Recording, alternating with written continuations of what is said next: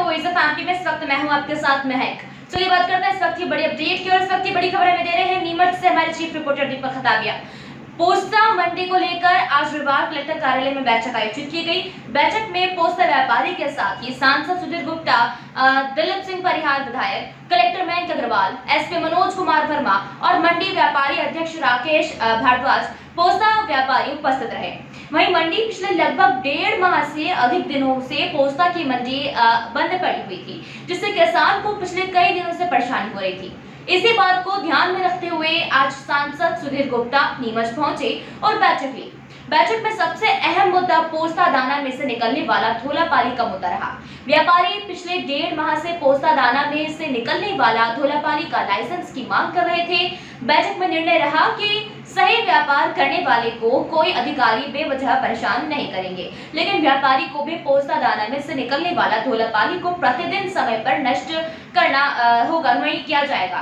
वहीं पोस्ता कारोबारी ने एक मत होकर से मंगलवार मंडी चालू करने का इसमें निर्णय लिया गया। वहीं सांसद सुधीर गुप्ता ने व्यापारियों की मांग पर नाराजगी जाहिर की है और कहा है कि आपको अगर 1 नंबर का कारोबार करना है तो आपको 1 नंबर में व्यापार करने ही होंगे और किसान पोस्ता दाना को छनाई करके मंडी में लाएंगे तो आप इसकी छनाई करके धोलापाली को नष्ट करके ताकि आपको कोई परेशानी ना हो। बैठे थे तो उन्होंने अपनी कुछ जेन्युइन जो दिक्कतें आ रही थी अपना पोस्ता व्यापार करने में, उन्होंने हम लोग के साथ साझा करा है और हम लोगों ने भी यही सख्त निर्देश दिए हैं कि पोस्ता व्यापार अच्छे से चले, साफ सुथरे तरीके से चले तो कोई दिक्कत नहीं है और कोई भी जेन्युइन आदमी उसको तंग नहीं किया जाए। ऐसा जो एजेंसीज रहती हैं वो नहीं तंग करेंगे और जो किसान भी अपना माल लेकर आता है वो भी छान कर लेकर आए, जिससे उनके पास भी वो धोलापाली निकलने की कोई दिक्कत ना रहे।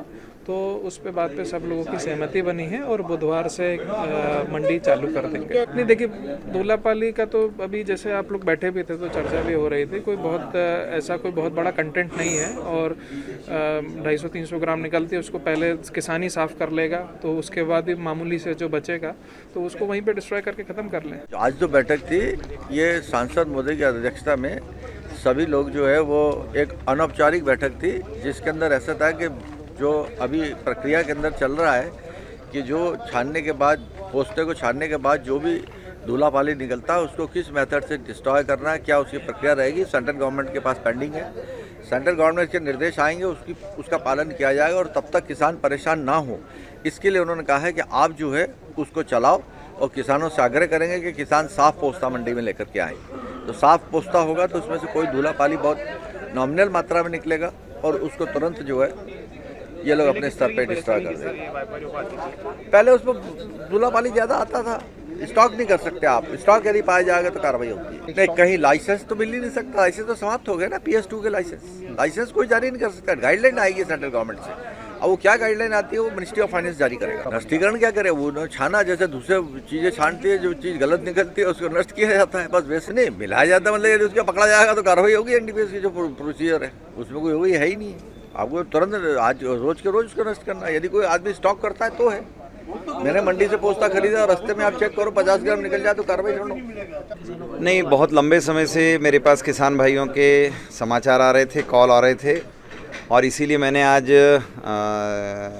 यहाँ एक अनौपचारिक बैठक रखने का मन बनाया था, जिसमें सभी व्यापारी, मंडी, आबकारी अधिकारी और सभी लोग हम बैठे थे, जहाँ प्रारंभिक चर्चाएं, इनकी दिक्कतें वो सबको सुनने के बाद निर्णय लिया कि किसान भाई अपना एक क्लीन माल को मंडी में लेकर आएँ और व्यापारी अपने पोस्ते दाने को उस तरीके से मंडी में ऑक्शन के उस मोड में खरीदें ताकि प्रतिस्पर्धी बाजार में पूर्ण पैसा किसान भाइयों को मिल सके।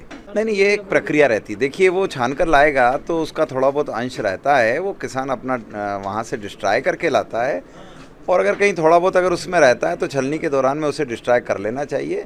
वो कोई ऐसा जिसके मन में ही अगर इलीगल कोई लाइन करने की, तो ना तो प्रशासन सहयोगी बनेगा, ना हम सहयोगी बनेंगे, ना कोई सहयोगी बनेगा।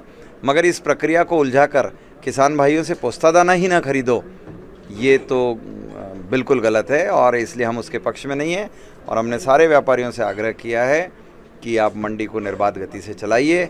अच्छे से लंबे समय से यहाँ के किसान 100-200 सालों से अधिक से और अफीम की खेती करते हैं और पोस्ता दाना मंडियों में बिकता है। और जब किसान की आवश्यकता रहती है तो तत्काल अगर कोई फसल बिक सकती है उसमें पोस्ता दाना एक गिना जाता है। और जब मंडियां बंद थी तो बड़े समय से सब कष्टों में थे, और मैं तो ईश्वर से यही कामना करूंगा, क्योंकि मैंने सबसे हाथ जोड़कर रिक्वेस्ट कर लिया है कि मंडियों को आप निर्बाध गति से चलाएं। नहीं, क्यों आपको कोई ट्रेड करना है क्या धुलापाली का? लाइसेंस की प्रक्रिया को इस तरीके से क्यों लाते हो?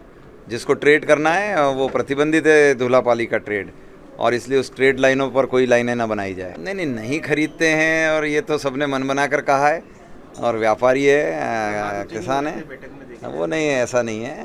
उनकी अपनी दिक्कत थी, लेकिन उन्होंने मन बना कर कहा 1-2 दिन में। ये नष्टीकरण करने की कोई प्रक्रिया नहीं होती, पहली बात लाएगा ही नहीं कोई भी, यानी 99.9% वो वहीं है उसको सफाई करके। और ये था अब तक का अपडेट, और नीमच से ये चीफ रिपोर्टर दीपक खताबिया ने हमें रिपोर्ट दी है। इस तरह की तमाम जानकारी लगातार आगे की अपडेट के लिए बने रहिए वॉइस ऑफ एमपी के साथ। जय हिंद, जय भारत।